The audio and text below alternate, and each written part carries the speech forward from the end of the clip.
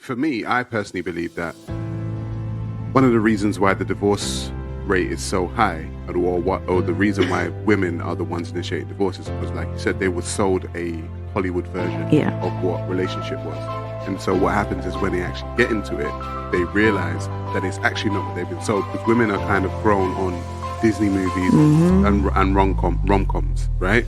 And they believe that relationship should be a certain way. And then what happens is when they get into them, they realize that it's actually work.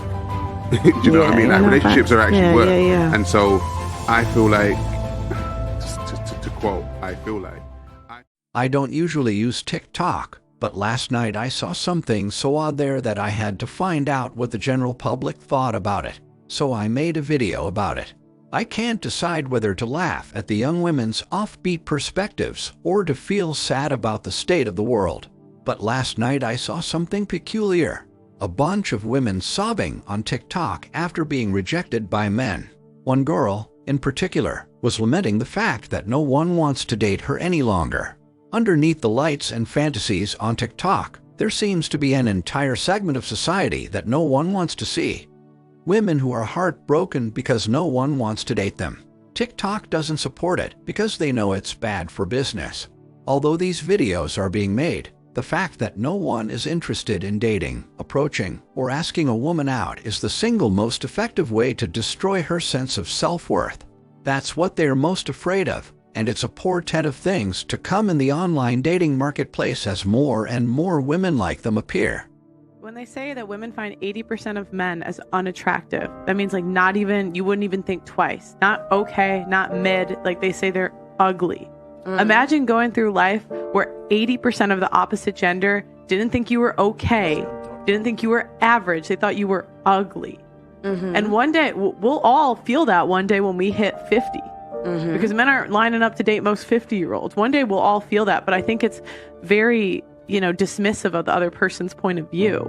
Because seriously, imagine going through life when 80% of the other gender, like everyone here, we're all pretty girls. Like none of us are going to have any trouble getting attention from men. Tick Crying Talks women aren't your typical high school or college student. Rather, they are well past their biological primes and are pleading with men to take them, despite the fact that they are well past their biological prime. They're all pretty typical of the modern woman who discards her boyfriends in her 20s and moves on to the next one. They hit rock bottom in their 20s, at which point they experiment with everything from plastic surgery to constantly changing their appearance and chasing after men.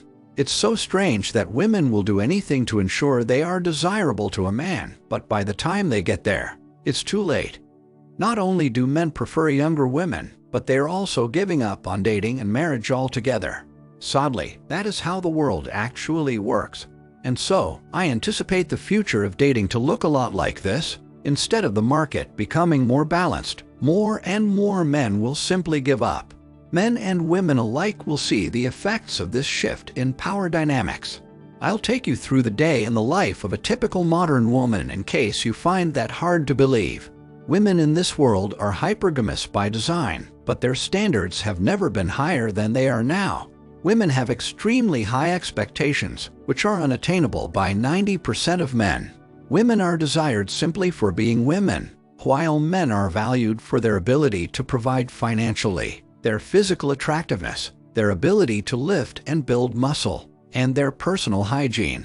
What a modern-day woman does to pique her interest in a man, raising the bar higher and higher. Once a girl hits puberty and develops an interest in boys, she aims for the stars in high school and college. It doesn't matter how she looks or what she can offer a guy.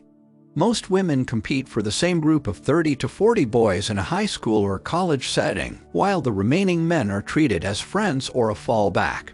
This leads women to party hard and have one-night stands with attractive men. She'll get passed around like that until she ends up with the guy who truly loved her and dumps all of her feelings on him. What's absolutely nuts is that it's not just the 9s and 10s doing this stuff, but even the 6s and 5s are doing this now. She's going to have her fun and then come back to the poor guy so she can make his life hell. They're looking for tall, wealthy men with plenty of free time to party. They have an absurd wish list of qualities they believe a suitable male partner should possess, including but not limited to physical attractiveness and a willingness to treat her like a queen. High-quality men don't act that way, so she complains about how awful boys are the morning after she has sex with one, and so on and so forth, until she is well past her 25th birthday and has graduated from college. Her attractiveness has been fading for some time, and she has come to accept the fact that she can no longer ride the high-value male ride as successfully as she once did.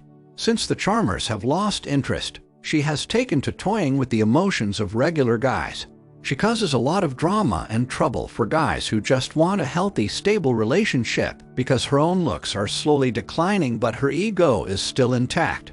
But this doesn't last long, and soon she's getting 0 Tinder matches because even if she managed to keep some of her youthful good looks, most men will only use her to sleep with. This is why so many women had a great time in their youth, sleeping with everyone and rejecting the good guys, and now they can't understand why they are unattractive to men. Because of her privileged upbringing, she finds it difficult to accept criticism or rejection as a result of her actions.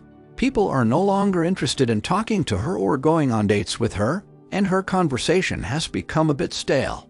If a man treats a woman badly, that's when you'll see a woman posting a tearful tirade about it on TikTok. That, my friends, is the future of dating.